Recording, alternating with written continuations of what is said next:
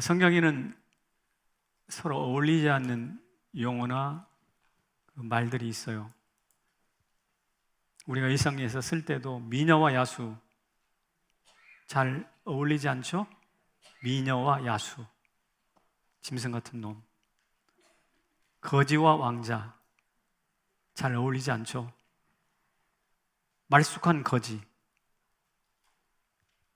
역시 잘 어울리지 않습니다. 그것처럼 매를 맞는 왕, 매 맞는 왕 잘 어울립니까? 어울리지 않죠.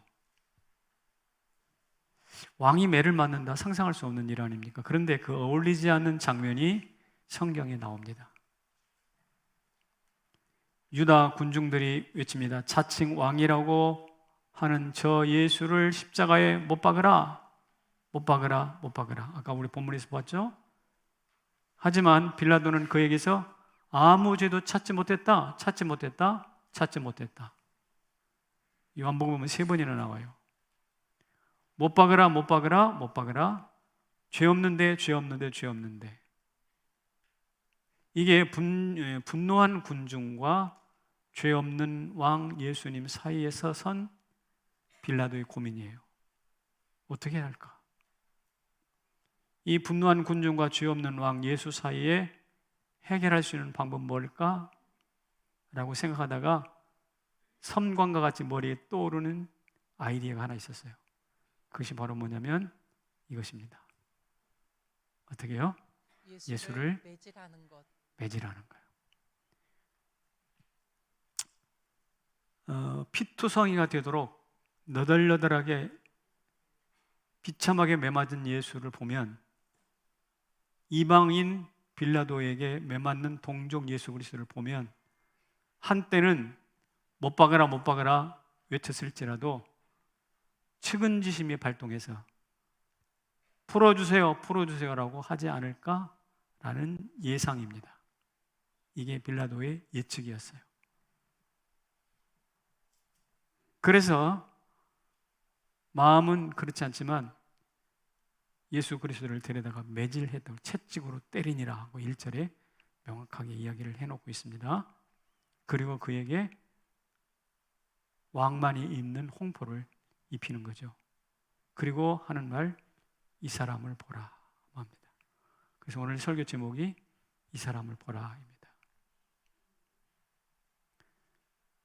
자, 그렇다면 매맞은 왕 예수, 이 사람은 어떤 사람일까? 누굴까요?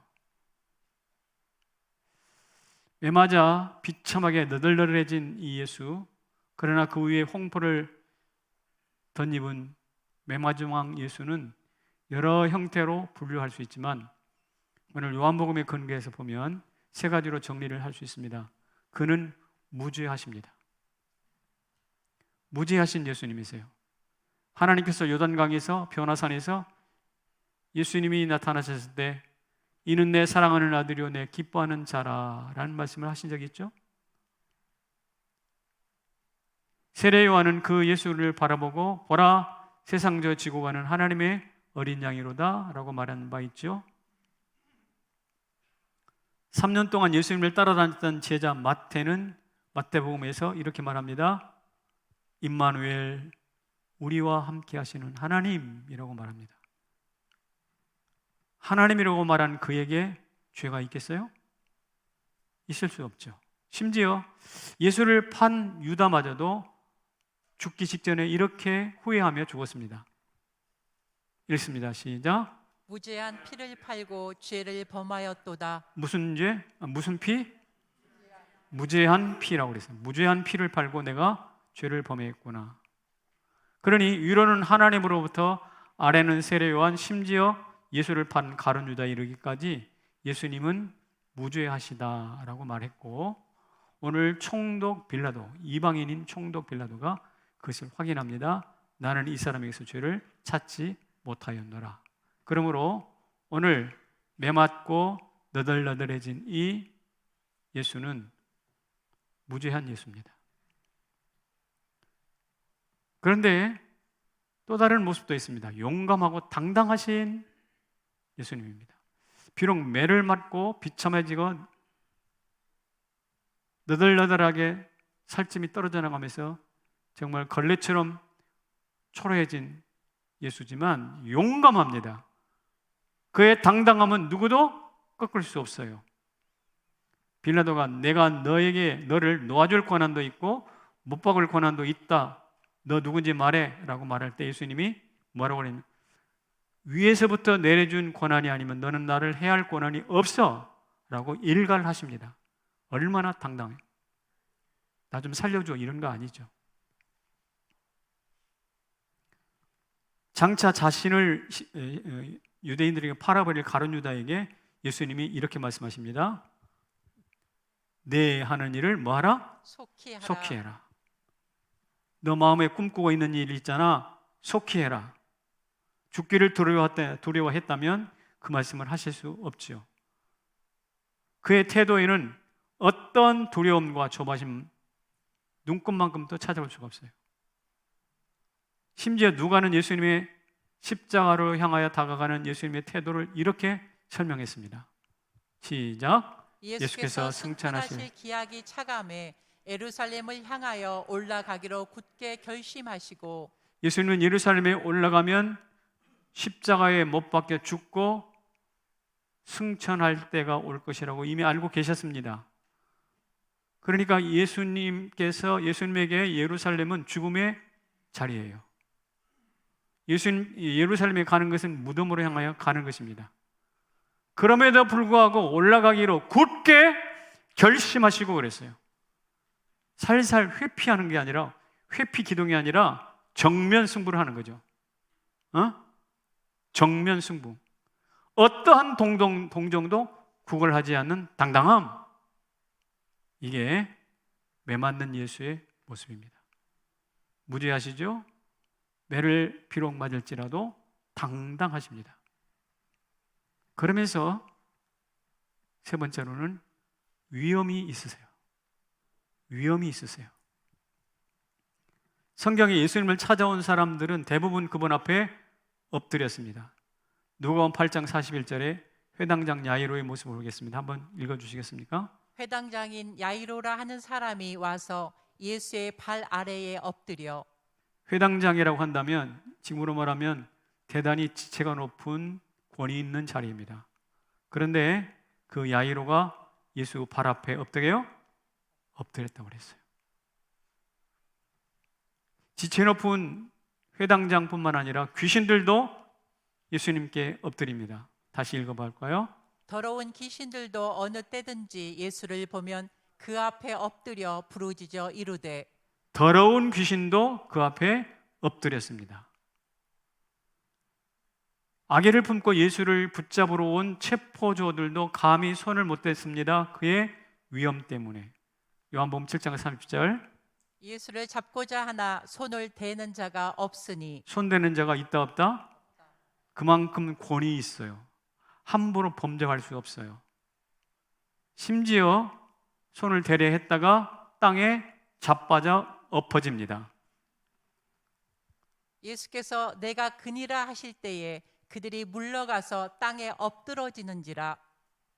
예수님 말씀 한마디 하셨는데 땅에 엎어졌어요. 무슨 힘이었을까요? 알 수 없는 하나님의 영적 권위가 작동한 거죠. 그러니 예수를 방문했던 사람, 귀신들, 대적자들, 심지어 예수를 체포하고 붙잡으려고 했던 사람들마저도 강제로 혹은 스스로 엎드렸습니다. 그를 감히 손대어 잡는 자가 없었습니다.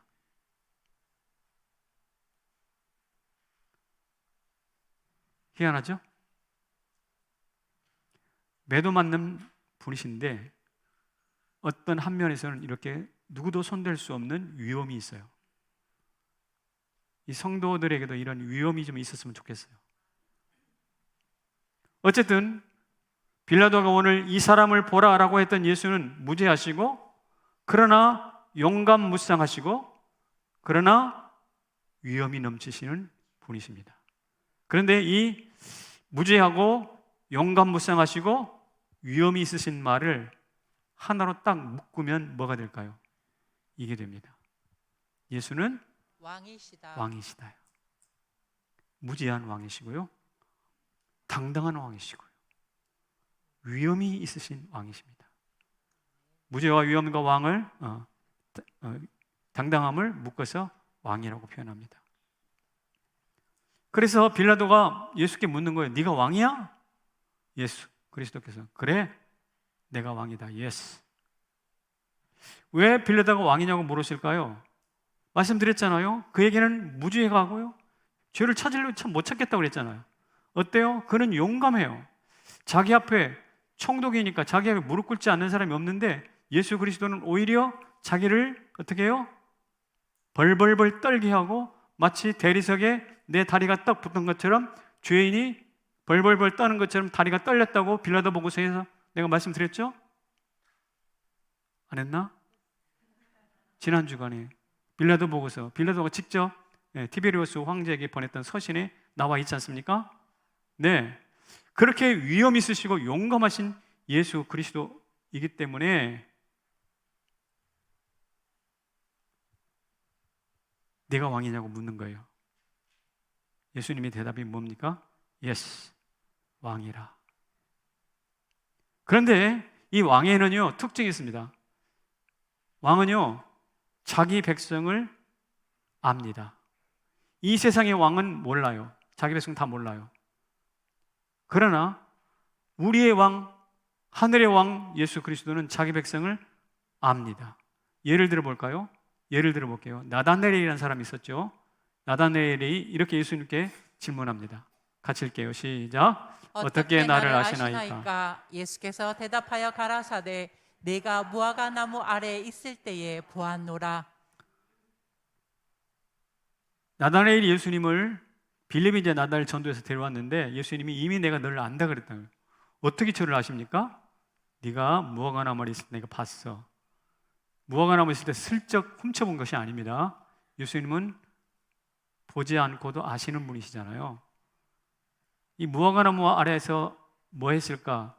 이스라엘 백성들은 무화과 나무 아래는 장차 하나님의 통치가 이루어졌을 때 잔치하는 자리, 잔치자리로 이해를 하고 있어요. 전통적으로 무화과 나무 아래에, 마치 우리는 정자나무 아래는 낮잠 자는 느낌이잖아요. 그런데 여기 무화과 나무 아래는 이스라엘 백성들이 같이 떡을 먹고 축제하는 자리인데, 나다나엘이 무화과 나무 아래에서 묵상하면서 그 하나님 나라를 사모했었는데 예수님이 그것을 탁 아시는 거예요. 깜짝 놀랐죠. 나 혼자 조용히 묵상하고 홀로 있는 시간인 줄 알았는데 우리 주님이 아시다니. 그래서 나다나엘이 뭐라고 그러냐, 이렇게 말해요. 시작. 당신은 하나님의 아들이시요 이스라엘의 임금이로소이다. 이스라엘이 뭐라고요? 왕이라고 그러죠. 왕. 왕이라잖아요. 자기를 아니까 벌써 왕으로 응답하는 거예요. 하나님이 여러분들을 아십니다. 그럼 여러분 어떻게 반응하실래요? 그분은 나의 왕이시군요. 이래야 돼요. 하나님은 여러분을 아십니다. 반응해 보세요. 왕이십니다. 우리 왕이십니다. 그리고 그 무죄하시고 당당하시고 위엄 있으신 예수 그리스도는 자기 백성을 절대로 포기하지 않으십니다. 그래서 왕인 거예요. 먼저는 자기 백성을 안다고 그랬죠. 아는 것으로 끝나지 않고 자기 백성을 절대로 어떤 경우에도 포기하지 않으십니다. 그래서 그 백성들을 구원하시기 위해서 나귀를 타시고 자기 백성들을 구원하시려 죄악의 속을 예루살렘으로 쳐들어가는 거예요. 죽음과 싸워 이기고 백성들을 사망 권세에 풀어주려고 예루살렘으로 들어가시는 거예요. 무리를 걷고 떡을 나눠주신 주님께서 귀신들을 내어 쫓으려고 그 성에 들어가시는 거예요. 그 성에 들어가셔서 대제사장과 서기관, 빌라도와 헤롯 같은 당국자들과 한판 정면 승부를, 생사의 싸움을 벌이려고 예루살렘에 들어가시는 거예요. 이 모든 행위는 무엇이냐? 자기 백성을 절대로 포기할 수 있다 없다? 없다. 그래서 내가 그들을 위하여 죽겠다라는 의지를 가지고 들어가시는 거예요. 이것은 마치 어미가 자식을 알 뿐만 아니라 포기하지 못하는 것처럼 예수님도 우리를 아시고 우리를 포기하지 않으시는 거죠.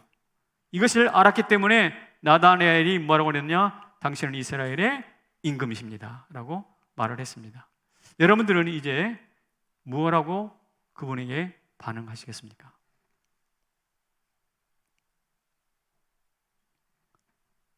같이 볼까요? 반응이 인생을 인생을 결정한다. 결정한다.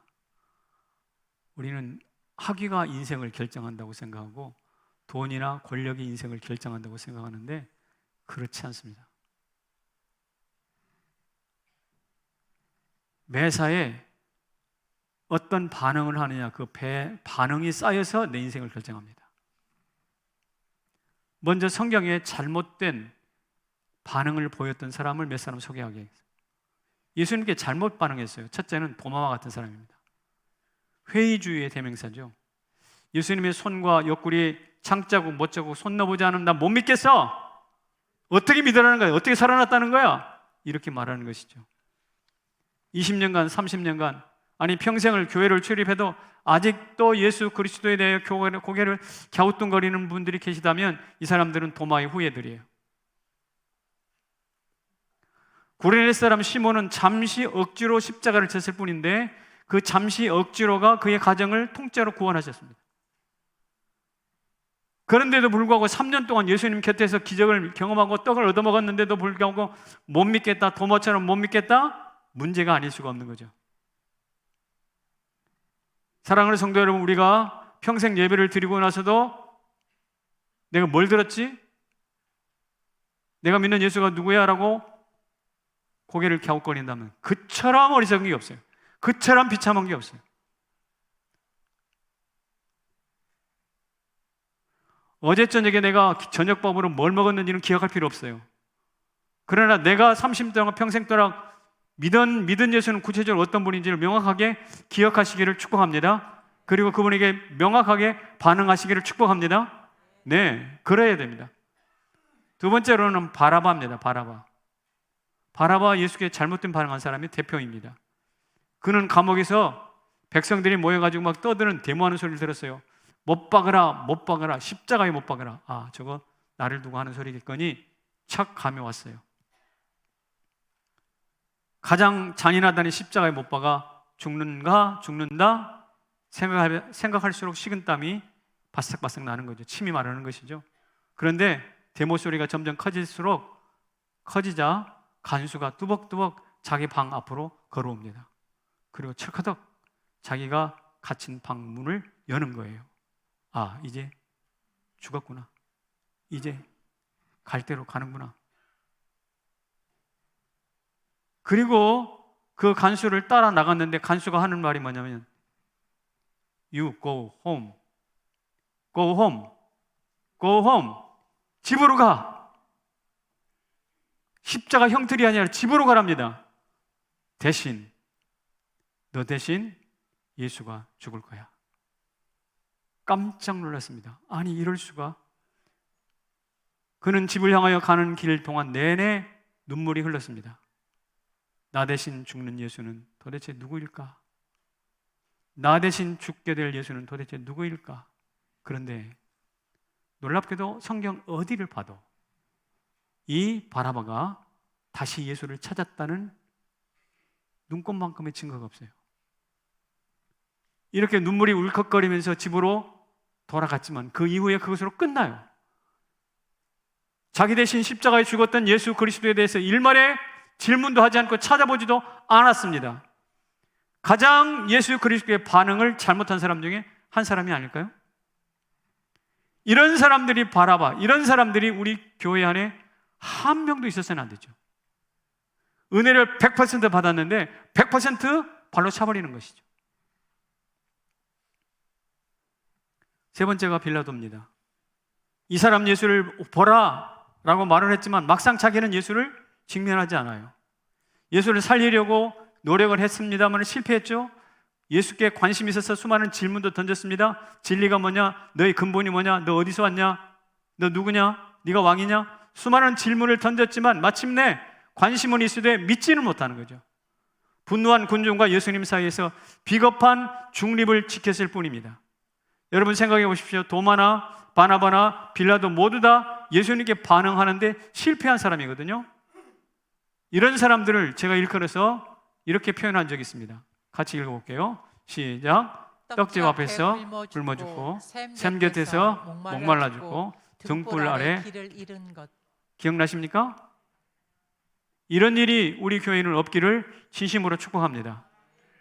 제가 천국 가가지고 우리 김재성 권사님 천국 가서 내가 김재성 권사님을 찾았으면 있어야 되잖아. 근데 없으면? 아니 천국 가고 김재성 권사님 홍정희 목사를 찾았는데 아멘이죠. 아멘이죠. 아멘이요. 있어야죠. 거꾸로 김재성 권사님이 천국 가서 저를 찾았는데 출장 중 혹은 몰라 뭐 이래버리면 어떻게 될까요? 이런 일은 있어서는 안 되겠죠. 그러니까 그러려면 뭐냐? 예수께 반응을 잘해야 된다는 거예요. 누가 저에게 당신에게 예수님은 누구냐라고 묻는다면 이렇게 설명하겠습니다. 하나님이 나와 함께 하신다는 임마누엘로 답하겠습니다. 임마누엘.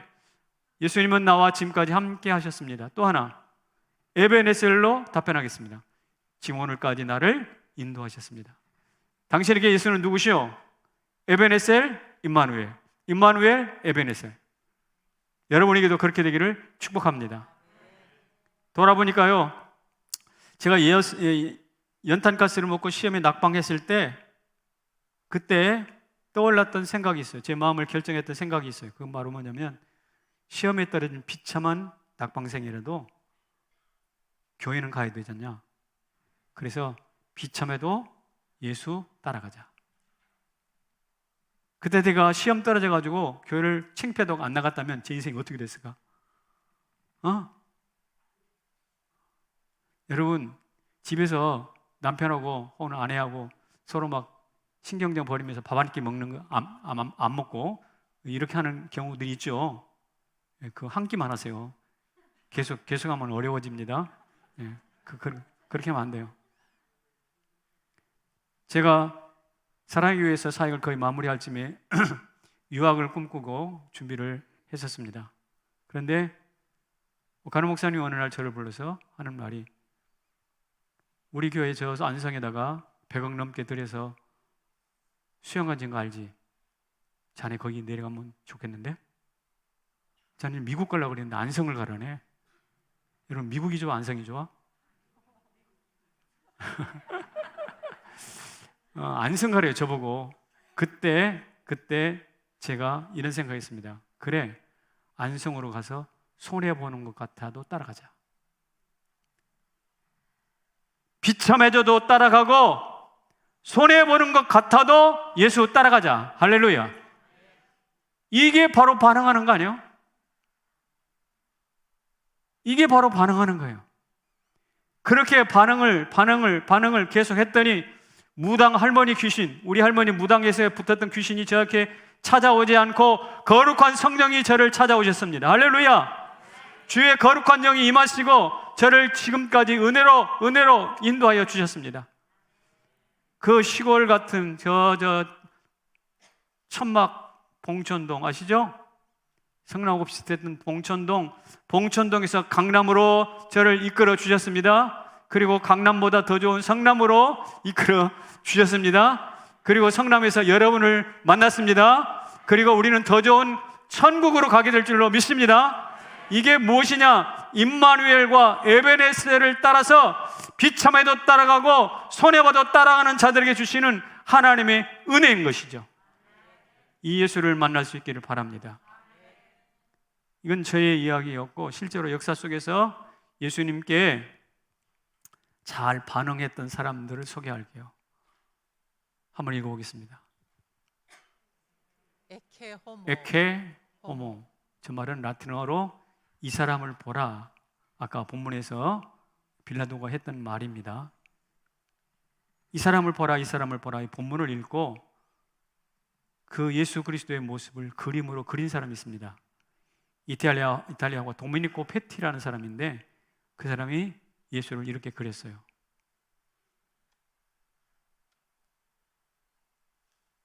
저거는 매맞은 예수라기보다는 좀 기쁨을 잃어버린 예수님이신데 차마 그것을 이렇게 표현하지는 못한 것 같아요. 그러나 저 말이, 저 표정에 무한한 메시지가 담겨 있어요.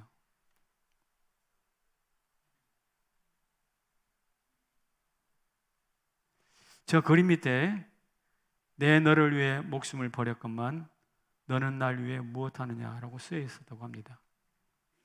이게 도메니코 페티가 그린 그림인데, 이 그림이 뒤셀도르프 미술관에 전시되어 있었어요. 근데 지금부터 300년 전에 거기를 방문해 가지고 큰 충격을 받은 사람이 있어요. 저 그림 하나 보고. 그게 바로 누구냐? 진젠도르프라는 백작입니다. 독일의 작센주의 귀족인데요. 이 사람이 19살 때 뒤셀도르프 미술관에 가가지고 저 그림을 만나는데, 참 감수성이 예민한 19살이라서 그런지 저 그림을 보고 또 그림 밑에 새겨진 넌 널 위해 날 무엇하느냐 라는 메시지를 보고 충격을 받아요. 그리고 이 19살짜리가 내가 일생 주님을 위해 살리라 라고 다짐을 합니다. 결심을 해요. 그리고 그 당시 경건주의 운동을 일으키고 있던 스페너와 프랑케라는 유명한 학자가 있는데, 할레 대학을 세웠던 사람인데요. 이 사람들에게 영적인 지도를 받아요. 그리고 자기 영지가 있어. 자기 영지. 백작이니까 자기 영지가 있을 거니 자기 땅을 저 체코에서 신앙의 박해를 받아서 도망 나온 피난민들에게 무료로 줍니다. 너희들 여기서 터전을 잡고 살아라. 모라비안 형제단이라고 하는데, 그리고 그 형제단들을 중심으로 해서 헤른후트라는 신앙 공동체를 만들어서 신실하게 예수 그리스도를 찾는 예배와 묵상에 전념합니다. 그리고 선행과 선교에 집중합니다. 미국으로 건너가서 인디언 선교회도 했습니다. 이 진젠도르프가. 그건 원래 법학을 전공한 법학도였는데 법학을 내려놓고 신학을 공부하고 루터교 목사가 됩니다. 그의 이런 삶을 바라보면서 감동을 받아가지고 저 유명한 존 웨슬리가 감리교를 만들었어요. 감리교는 진젠도르프가 없으면 태어나지 않았을 거예요. 그런데 그 진젠도르프는 무엇이 만들었는가? 에케 호모, 도메니코 페티가 그린 그림 한 장, 그리고 그 밑에 쓰여진 글귀 하나. 내 너를 위하여 내 몸 주었구만 넌 나를 위하여 무엇을 하느냐.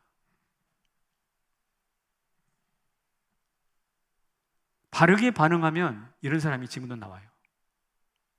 그림 한 장 보고 바르게 반응하니까 인생이 바뀌었어요.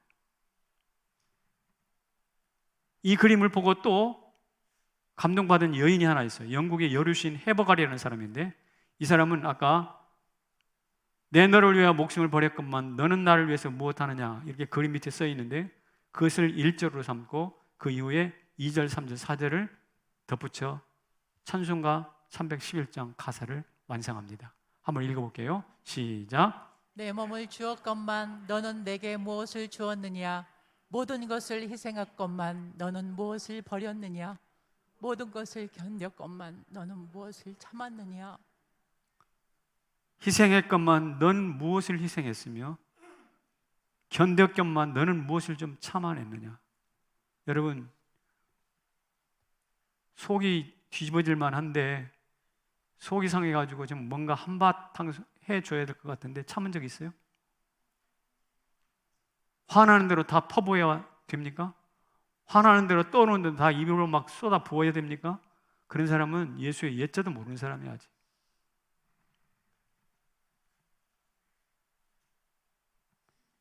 이 사람을 보라라는 외침과 그림 한 장에 진젠도르프는 그 인생을 바꾸고 유럽의 역사를 바꿨어요.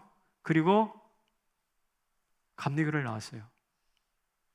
오늘 헤버갈은 오늘 우리에게 그 그림 한 장과 외침 때문에 찬송가 311장을 우리에게 남겨주었어요. 가사로.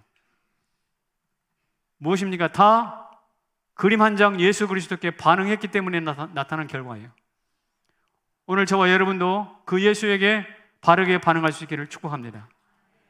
저 그림, 읽었던 성경 구절 하나에, 오늘 홍정기 목사를 통해서 들은 이 설교 한 편에 제대로 반응할 수 있다면 어쩌면 이 성남의 역사가 바뀔 수 있는 사람, 바뀌는 일들이 나타날 줄로 믿습니다. 이게 복음의 능력인 거죠. 그렇다면 어떻게 해야 될까? 조금 구체적으로 이렇게 합시다. 시작. 아멘으로 흡수하고 이름으로 전신갑주. 저기서 중요한 단어가 두 가지입니다. 하나는 아멘이고요, 하나는 이름이에요. 진전돌프는 아멘의 사람이었습니다. 그가 그림을 보고 와가지고 1, 2장에다 이렇게 썼어요. 뭐라고 썼냐? 내 열망은 오직 한 가지, 예수를 얻는 것이다. 이 말을 하나로 딱 압축하면 나 예수처럼 되고 싶다. 예수가 나고 내가 예수처럼 되고 싶다. 그래서 그것을 하나로 합치면 아멘입니다. 그 사진에 나타난 예수에게 아멘이라고 했기 때문에 그의 시간과 땅 통째로 바쳤어요. 지금도 예수께 아멘하며 살아갔던 진젠돌프를 따라다니는 사람들이 지금도 많습니다. 미국에 가면 펜실베니아 주라는 주가 있는데요. 이 펜실베니아 주는 그 주의 선조들은 다 누구에게 영향을 받은 사람이냐? 진젠돌프에게 영향을 받은 사람이에요. 우리가 예수 그리스도께 진전도르프처럼 아멘으로 반응할 때 그 이후에 어떤 일이 나타날지는 누구도 예측할 수 없어요. 우리 때문에 제2의 무슨 교단이 만들어질 수 있고, 우리 때문에 제2의 유명한 인물들이 우후죽순처럼 쭉쭉 일어날 수 있을 줄로 저는 믿습니다. 그래서 우리가 하나님 앞에 뭐라고 하는가? 아멘이라고 외칠 수 있기를 바랍니다. 아멘, 아멘. 이 아멘은 뭐냐면 당신 말에 내가 덧붙입니다. 당신 생각과 내가 같이 합니다. 이런 뜻이잖아요. 그러니까 아멘은 어떤 의미에서는 덧셈이에요. 덧셈. 더하기거든. 그래서 세상에 보이는 것마다 아멘 하면 그게 내 거 되는 거야. 오늘 제가 설교하는 말에 대해서 여러분 아멘 그러면 그 말씀이 여러분의 것이 되는 거예요. 할렐루야. 그러니까 가난합니까? 가난한 사람일수록, 연약한 사람일수록, 가진 게 없는 사람일수록, 호주머니가 비었을수록 뭘 많이 해야 될까요? 아멘 많이 하셔야 된다고. 아멘. 아멘의 성도가 되시기를 축복합니다. 그래서 말입니다. 아멘, 아멘, 십자가 아멘, 진전돌프 그림 아멘, 아멘 하면 그 아멘이 우리에게 하나님의 은혜를 덧붙이고 그래서 그 은혜가 우리를 보호하고 해서 마침내 무엇을 입는가? 전신갑주를 입는 것처럼 되는 거예요. 그래도 아멘 안 하네. 전신갑주를 입는 것처럼 될 줄로 믿습니다. 그래서 아멘으로 반응하면 우리 가운데 더하기니까 밥도 묻고 돈도 묻고 명예도 묻고 권세도 따라 묻고, 그래서 아멘한 사람에게는 마침내 결핍이 없는 것이죠. 할렐루야. 여러분, 아멘이 가장 풍성하게 선포되는 것이 어딜까요? 바로 전 천국이라고 생각합니다. 메시아 거기 보면 아멘송이 있잖아요. 아멘, 아멘. 거의 처음부터 끝까지 아멘으로 끝나잖아. 아멘송이 맞죠? 근데 그 아멘송이 무엇을 바라보는가? 저 하늘나라, 요한계시록의 그 마지막 주님의 나라를 생각하면서 천국은 아멘의 나라거든. 그런데 말입니다, 천국에서 부르는 그 아멘을 오늘 이 땅에서 아멘을 하고 이 땅에서 아멘을 외쳐보자고. 그러면 이 땅도 천국처럼 될 줄로 믿습니다. 그런 거예요. 그래서 여러분, 내 인생이 무덤 같아요. 거기다가 아멘을 외치시기를 바랍니다. 아멘, 아멘, 아멘. 그러면 결핍이 사라져요. 그리고 어떻게 해요? 내 삶이 천국으로 바뀔 줄로 믿습니다. 제가 암 걸렸을 때 하는 말씀, 침묵은 부재가 아니다는 말씀 제가 자주 말씀드렸죠. 그 말이 가슴에 탁 부딪혔을 때 제가 아멘 했어요. 아멘. 그리고 이긴 거예요. 제가 청년 때 그 당시 교회를 막 새롭게 막 짓는 붐이 일어났어요. 심지어 말이죠, 은행에서 돈 빌려가지고 막 건물 지어놓으면 교회가 붕한다는 속설이 있었단 말이죠. 그래서 너도나도 교회를 막 지었는데 저는 그때 그게 아닌 것 같았어요. 그리고 어느 날 제가 묵상하는데 하나님이 그러시더라고요. 얘야, 한번 읽어볼까요? 집보다 사람을 짓는 게 중요해. 그래서 제가 저 말에 아멘 했습니다. 맞아요, 주님. 집보다 사람 짓는 게 중요하죠. 아멘. 그랬더니 제가 성남제일교회에 부임해서 보니까 저는 집을 못 짓게 만들어놨다고. 지금 우리가 알다시피 이 지역에 재개발로 딱 묶여져 있잖아요. 저는 그 이유가 재개발 때문이 아니라 나 때문이라고. 도시계획상으로 그렇게 해놓은 게 아니라 저 때문에. 왜 제가 청년 때 뭐라고요? 집보다 사람 짓는 게 중요하다. 거기 아멘 했거든. 그래서 저는 여기가 뭐 더 건물을 멋지게 못 짓는다 하나도 여한이 없어. 그동안 뭐 하면 되니까? 사람 짓면 되니까. 그래서 우리 교회가 지난 18년 동안 꾸준하게 훈련 사역을 계속해 왔어요. 코로나 기간에도. 할렐루야! 이게 아멘의 열매예요. 그런데 아멘을 하려면은 아멘을 더하기라고 그랬잖아요. 그럼 더할 때는 뭘 붙여야 돼요? 거기다 그 풀을 붙여서 더해야 될 거 아닙니까? 접착제가 있어요. 아멘 할 때 접착제가 있는데 그 접착제가 뭐냐면 예수란 이름입니다. 무턱대고 아멘 하면 그것은 예수일 뿐인 건데 무엇에 대한 어떤 무엇에 대한 아멘입니까? 예수에 대한 아멘인 거. 할렐루야. 이 사람을 보라라고 외쳤던 그 예수에 대하여 아멘 하는 거예요. 그럴 때 그 예수의 이름 속에 있는 능력이 우리를 붙잡을 줄로 믿습니다. 강하게 하실 줄로 믿습니다. 그래서 여러분 구차뚜라는 설교를 한 적이 있어요. 구하라, 찾으라, 두드리라. 오래전에 한 설교도 기억하시네. 예수 그리스도의 이름, 그 이름을 구하십시오, 찾으십시오, 그리고 끊임없이 두드리십시오. 그럴 때 그 이름 속에 있는 능력이 바로 나의 것이 될 줄로 믿습니다. 매맞아 초췌한 예수일지 모르지만 그러나 그 예수는 나를 풍요롭게 하고 남음이 있습니다. 가나마다 현장에 잡혀와서 돌 맞을 여인을 그 예수께서 구원해 주셨잖아요. 풍랑에 시달리는 제자들을 찾아가 무리를 딛고 찾아가서 그들을 구원해 주셨잖아요. 38년 병자를 찾아가서 고치시고 내 침상을 들고 집으로 돌아가라 명령하셨잖아요. 부활에 이미 무덤에 들어가 버린 나사로를 무덤을 깨트리시고 부활에 불러내셨잖아요. 그 예수 이름에 아멘을 덧붙이시기를 바랍니다. 아멘. 그럴 때 그 예수가 우리의 질병과 눈물과 억울함과 가난 모든 것을 해결하시고도 남음이 있어요. 그래서 그 샘플이 누구냐?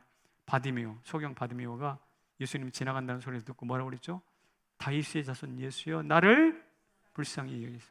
예수라는 이름 앞에 자기를 아멘으로 딱 갖다 붙인 거예요. 나사렛 예수 그분에게 아멘으로 여러분의 인생을 갖다 붙이십시오. 눈 뜹니다. 할렐루야. 그 나사로 아니에요. 죽은 자가 살아납니다. 나사로예요.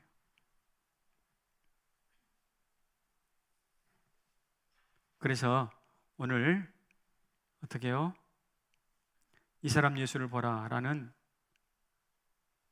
빌라도 외침에 우리가 한번 이렇게 반응하면 좋겠어요. 아멘 하면서 우리 찬송이 하나 있습니다. 내게로부터 눈을 들어 주를 보기 시작할 때, 내게로부터 눈을 들어 누를 봐? 주를 보기 시작할 때, 이게 바로 아멘 하는 거예요.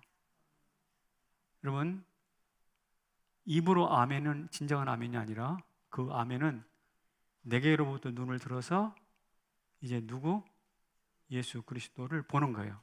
그럴 때 볼 때 주의 일이 어떻게 나타나는지 어떻게 펼쳐지는지 목격하게 된다는 것이고, 모든 시선을 주님께 드리고 살아계신 주님을 느낄 때 내 삶이 뭐가 되는가? 하나님이 기적을 일으키는 역사의 현장이 되는 줄로 믿습니다. 그러므로 오늘 빌라도가 이 사람 예수를 보라 라고 말했다면 거기에 아멘이라고 반응합시다.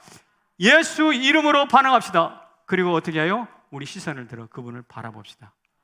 하나님이 여러분의 삶에 위대한 역사, 가난, 근심, 걱정, 눈물, 한숨, 원망 다 물리치시고 무덤을 깨트리시는 생명의 대변혁을 일으켜 주실 줄로 믿습니다. 우리 자리에서 일어나실까요?